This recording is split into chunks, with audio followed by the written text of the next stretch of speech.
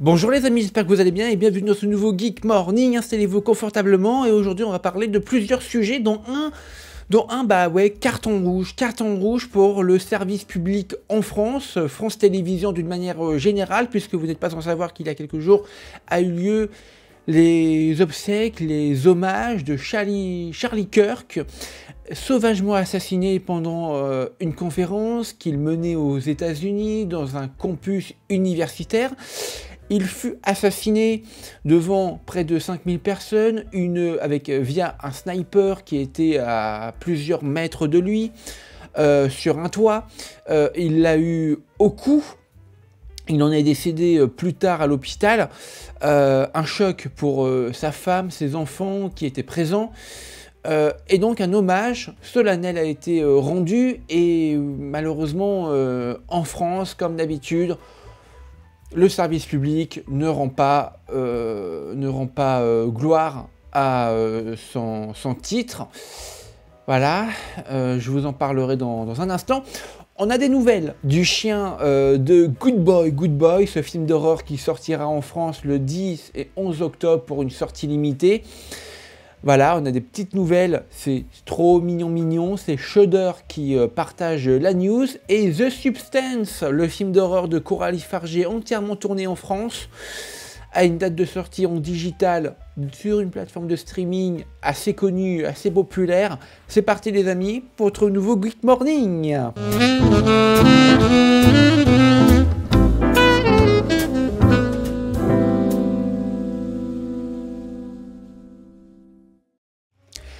Le chien de Good Boy, dont j'ai plus le nom, mais c'est pas grave, eh bien, est sur Hollywood Boulevard. Regardez les petites photos toutes mimi que Shudder a partagées il y a maintenant quelques heures.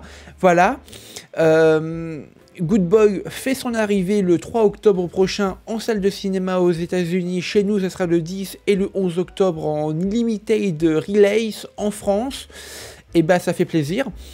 Voilà, regardez, mais c'est trop mignon. Oh, je craque, vraiment.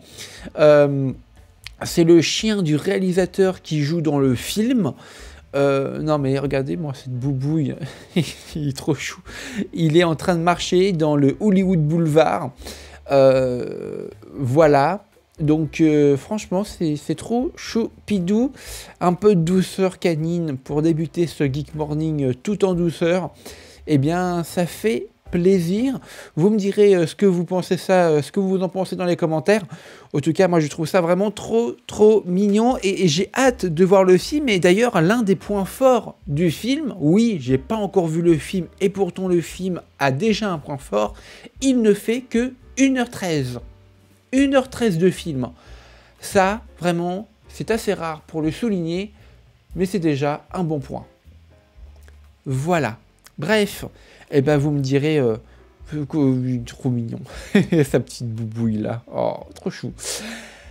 Bon allez, passons aux choses sérieuses en termes de films d'horreur, on va parler de The Substance, le film d'horreur de Coralie Farger, sorti en France en octobre 2024, il me semble. 600 000 entrées, un truc comme ça, un assez gros succès pour son distributeur en France. Une trentaine de millions de dollars générés dans le monde pour 10 ou 15 millions de budget, ce qui est plutôt louable pour un film d'horreur de ce calibre. Eh bien, The Substance fait son apparition dans le catalogue de HBO Max le 10 octobre prochain. Voilà. Je vous laisse avec l'affiche. Voilà, The Substance, streaming, HBO Max, octobre 10. Et bien ça, c'est plutôt cool. Vous me direz dans les commentaires ce que vous avez pensé du film.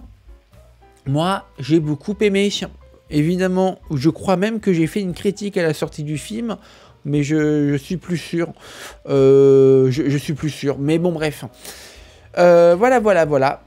Allez, les amis, on termine malheureusement ce Geek Morning sur une touche nauséabonde, détestable, regrettable, de la part du service public, France Télévisions, en l'occurrence, on va parler de France 5. Voilà, France 5, des journalistes du service public payés avec nos impôts, et France Télévisions qui a des dettes à hauteur de 81 millions d'euros, qui ne savent donc pas gérer leur argent qu'on leur file chaque année, qui est à hauteur de plusieurs milliards d'euros, du frais du contribuable. Voilà, hein.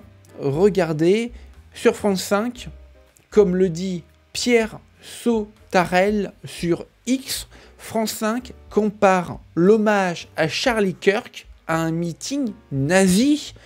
Mais pardon, en fait, pardon. Regardez la vidéo.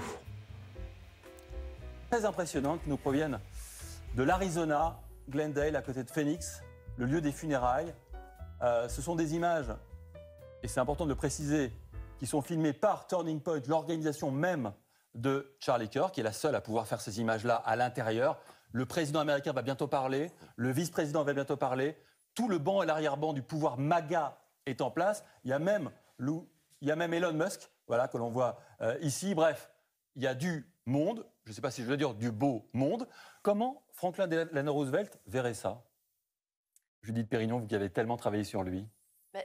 En fait, la première fois que j'ai vu l'image avec vous, j'ai pensé à ces rassemblements nazis qu'il y avait aux États-Unis dans les années 30. Il y avait des grands rassemblements. Oui, au Madison Square Garden.